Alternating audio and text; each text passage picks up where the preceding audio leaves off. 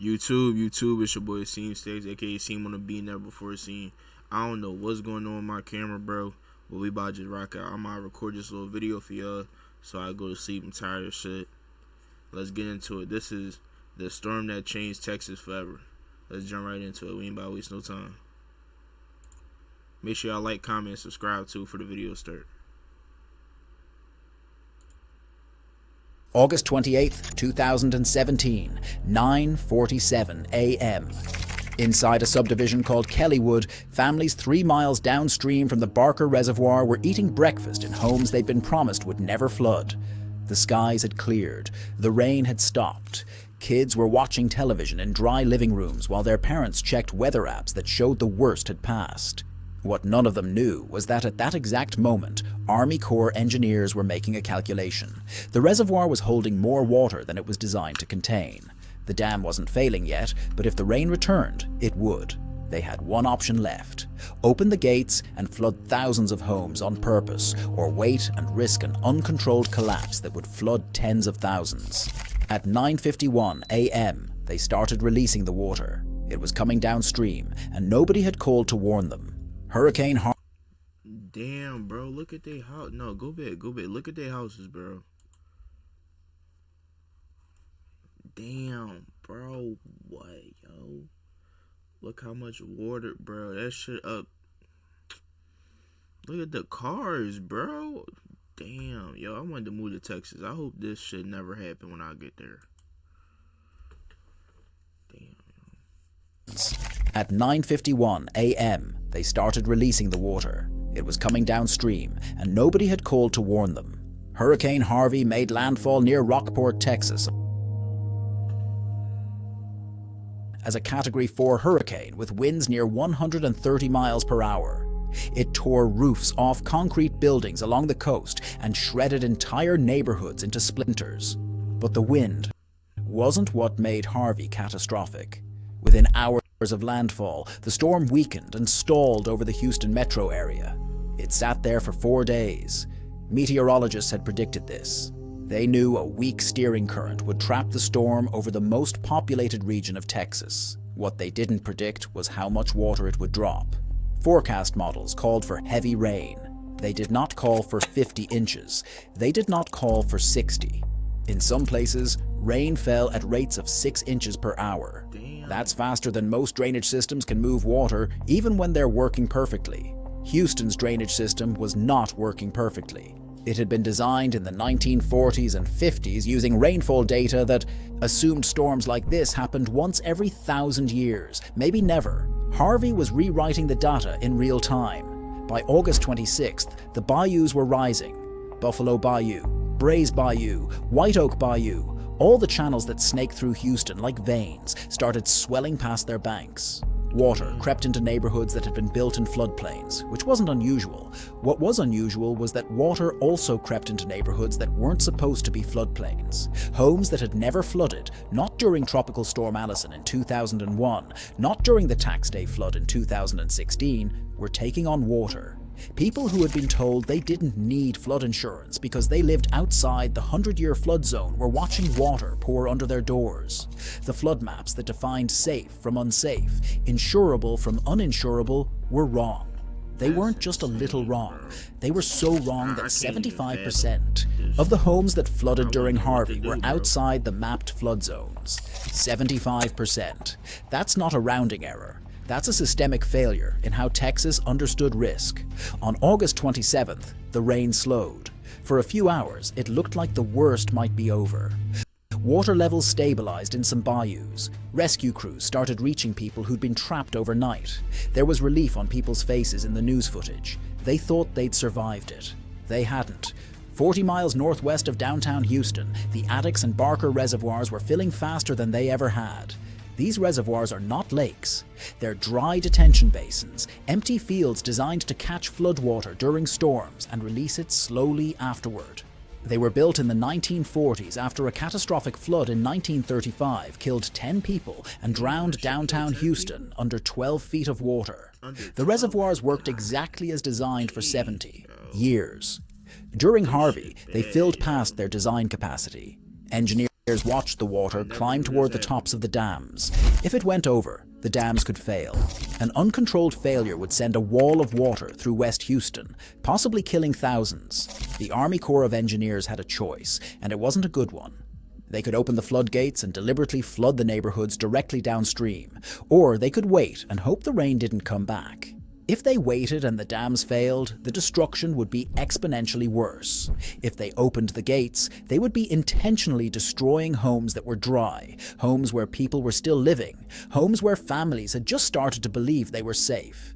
On the morning of August 28th, they made the decision. They opened the gates. Water began pouring out of the reservoirs at thousands of cubic feet per second, rushing down channels toward neighborhoods that had been built, right in the path decades earlier. Some of those neighborhoods were inside the reservoir pools themselves. Houses had been built in areas that were explicitly designed to flood. Developers had sold them anyway. Buyers had purchased them anyway. Everyone had assumed the reservoirs would never actually fill. The water reached the first homes within hours. Families who had spent the weekend dry, who had watched the flooding on the news and felt grateful it wasn't them, suddenly had water pouring into their living rooms. It wasn't rain. It was a controlled release, a deliberate flood to save the dam. Evacuation orders went out, but by then some streets were already impacted. Wait, so they flooded their city to save a dam, bro? You just destroyed more than 1,000 people homes, bro. What? Yeah, I'm not moving to Texas. They scared it. Never mind. Possible. Boats appeared in subdivisions where boats had never been. People carried children to second floors. Some families climbed into attics. The water kept rising. It rose for days. By the time it peaked, more than 10,000 homes downstream of the reservoirs were underwater. Many of them would stay underwater for 2 weeks. When the water finally drained, the furniture was ruined, the walls were growing mold, and the air smelled like sewage and chemicals. Insurance adjusters started showing up. That's when people found out most of them had no coverage. Flood insurance was optional if you lived outside the flood zone, and the maps had said they were outside the flood zone. Stories like this are why I built Stormforge. If you want more real disaster breakdowns like this, consider subscribing. Now back to what happened next. Across the Houston metro area, more than 300,000 structures flooded during Harvey. The majority were homes. People lost everything. Photo albums, furniture, cars, documents, the physical anchors of their lives. But they also lost something less tangible. They lost the belief that the maps meant something. For decades, FEMA's flood maps had divided Houston into zones. If you were in the special flood hazard area, the 100-year floodplain, you needed flood insurance and your home had to be elevated. If you were outside it, you were considered safe. That framework collapsed during Harvey. The flood didn't respect the lines on the map. It went where the water went, and the water went everywhere the land was low and the rain was heavy. The problem wasn't just that the maps were outdated. The problem was that they'd been built on assumptions that were no longer true. They assumed rainfall patterns from the mid-20th century. They assumed drainage infrastructure that was adequately maintained. They assumed a level of development and impervious surface cover that no longer existed. Houston had paved over wetlands, filled in prairies, and covered hundreds of square miles in concrete and asphalt. All that pavement meant water couldn't soak into the ground. It had to go somewhere else. It went into homes. In the months after Harvey, engineers and hydrologists started analyzing what had gone wrong. They found that Harvey's rainfall exceeded even the most extreme projections in NOAA's updated Atlas 14 precipitation data, which had only recently been published for Texas. Atlas 14 showed that extreme rainfall events were significantly more intense than engineers had previously assumed. A 24-hour storm that used to be expected once every 100 years was now expected to drop 30 to 50% more rain. Many counties, including Harris County, hadn't yet updated their infrastructure design standards to match the new data. They were still building drainage systems for storms that didn't exist anymore. Harvey proved the new data wasn't pessimistic. If anything, it was still conservative. Some areas received rainfall totals that exceeded the Atlas 14 500-year event. That's supposed to be a 0.02% chance in any given year. It happened. Here's where I want to hear from you. Knowing what you know now, should people have been allowed to build homes inside the reservoir pools?